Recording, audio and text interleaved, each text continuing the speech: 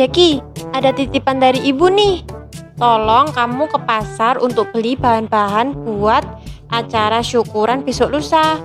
Ini daftar belanjaannya dan uangnya. Kok jadi Jeki sih yang disuruh-suruh? Biasanya kan Kak Imel yang mondar-mandir keluar masuk pasar sama ibu. Males ah. Jangan gitu dong Jack. Ini kan perintah ibu. Lagi pula Kak Imel juga mau nganterin ibu ke tempat Pak De Brewok buat persiapan acara syukuran. Yaelah, Kak Imel gak bisa lihat apa Jeki lagi sibuk nih. Dari tadi utak-utik ke komputer ngerjain tugas belum beres. Kak Imel aja lah yang berangkat. Bener nih nggak mau berangkat. Ya udah, Kak Imel bilangin ke ibu kalau gitu. Wah, kebetulan Jackie nggak mau. Duitnya bisa masuk kantong nih. Masuk kantong. Duit apaan ya? Jangan-jangan ibu kasih bonus nih. Gawat kalau sampai Kak Imel yang dapat. Bisa hilang dong kesempatan menambah pundi-pundi rupiah buat beli HP baru. Tunggu dulu dong Kak Imel. Buru-buru amat sih macam mau ngejar maling. Ngapain lagi kamu Jack? Katanya lagi sibuk. Sudah sana Kak Imel buru-buru nih. Siang mau nganter ibu. Sabar dong. Tadi Jeki semacam mendengar ada malaikat berbisik mengatakan bahwa ada duit yang buat bonus. Emangnya kenapa? Mau tahu aja. Kak Imel yang cantik dan baik hati, jangan gitu dong. Kan situ tahu kalau Jeki sedang dalam rangka menabung buat beli HP baru. Dasar. Giliran ada imbalannya mata langsung ijo. Tapi awas ya kalau sampai nggak beres dijewer melintir tuh kuping sama ibu. Tenang bos, percayakan sama si Jeki detektif cerdik. Tidak ada masalah yang tak beres. Oke? Nih daftar belanjaannya. Kamu baca dan pahami dulu semua isi tulisannya dengan baik dan benar ya. Ingat Jack, jangan sampai salah. Bisa kena damprat seisi rumah kamu nanti. Beres. Nih Jeki mau mandi bentar terus jus. Jangan lupa Jackie, kamu baca dan pahami dulu semuanya. Kalau ada yang nggak paham, kamu cepet tanya Kak Email atau ibu. Chat WA aja ya. A few inches later. A few moments later.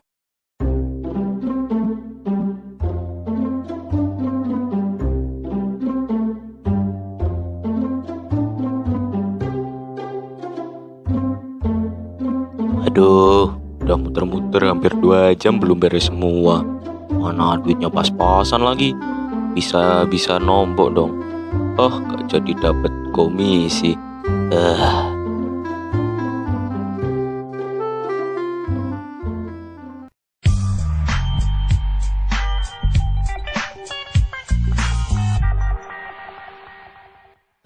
Ternyata benar dugaanku. Nombok. Kak Imel ngeprank Jeki nih. Awas aja ya, tunggu pembalasanku. Pembalasan lebih kejam daripada pembolosan. Halo Yeti, apa kabar? Lama nih kita gak ketemu. Om Ogi kangen nih lihat kepolosanmu. Tapi kenapa itu muka kok ditekuk? Baru kena PHP ya? Habis kena prank om. Sialan nih Kak Imel. Ngerjain Jeki hanya karena supaya Jeki mau berangkat belanja keperluan besok lusa. Ngerjain? Tumben Kak Email kayak gitu. Gak salah tuh kamu Jeki. Atau jangan-jangan kamu yang emang agak GL. Alah, gak mungkin om. Kak Imel pasti sirik tahu Jeki mau beli HP baru. Makanya dia mensabotase keuntungan yang bakal Jeki dapat dengan cara begini. Emang kamu disuruh ngapain sih Jeki? Nih om baca aja sendiri daftar belanjaannya.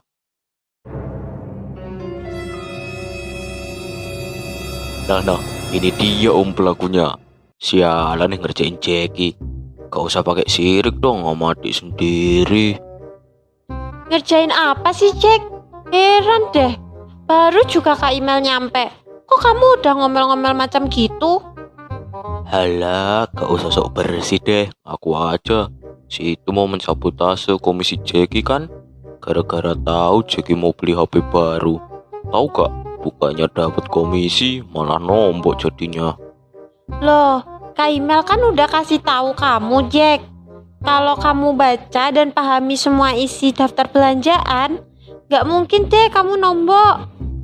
Lagi pula, kalau kamu gak paham bisa WA Kak Imel. Itu uang pasti cukup, lebih malahan. Bener juga sih Kak Imel. Kamunya juga yang salah tuh Jeki. Loh, bener gimana Om? Wah, Om Uge mulai bersekongkol mensabotase Jeki nih. Ya, tenang dulu lah Jeki. Gimana kalau coba kita tanyakan ini sama Kak Teguh? Kita buka dulu yuk channel YouTube-nya. Ini dia PSA kita. Halo, selamat datang di program PSA kita. Kali ini kita akan belajar bagaimana proses pengambilan keputusan dilakukan. Sahabat PSA kita, ketika seseorang memutuskan sesuatu, sebelumnya akan didahului oleh proses berpikir yang melibatkan keseluruhan kemampuan otak kanan dan otak kiri. Segala macam informasi yang masuk di dalam otak kita, baik berupa pesan gambar, pesan auditorial, maupun pesan-pesan verbal lainnya akan melewati dua alat pengelola informasi yang disebut dengan sensasi dan intuisi. Sensasi bekerja dengan sistem sensorik, memeriksa data secara detail, spesifik, faktual, observable atau yang dapat diamati, konkret, dan apa adanya. Seperti ketika Andi pergi berbelanja ke sebuah swalayan, ketika tiba di meja kasir, seluruh barang belanjaan Andi akan dihitung harganya. Kasir biasanya menggunakan alat pembaca barcode untuk membaca kode dan menemukan berapa harga barang itu. Alat ini bekerja dengan sistem sensorik. Intuisi bekerja dengan sistem acak, memeriksa data secara menyeluruh, menemukan kaitan antara satu fakta dengan fakta yang berbeda, mencari titik pangkal data yang tampak samar, menggunakan imajinasi, abstrak, dan menampilkan gambaran besarnya. Seperti ketika Dita pergi ke sebuah tempat makan, mencicipi makanannya, menikmati rasanya, mencium baunya, dan kemudian dapat dengan tepat menerangkan apa saja komposisi bahan makanan dan bagaimana proses pembuatannya tanpa pernah terlibat secara langsung melihat proses pembuatannya di dapur di tempat Dita makan. Inilah cara kerja intuisi. Bagaimana bila salah satu atau kedua sistem pengelola informasi ini gagal mendeteksi dan membaca data secara akurat?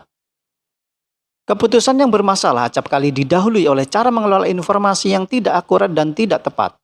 Bagaimana ini bisa terjadi?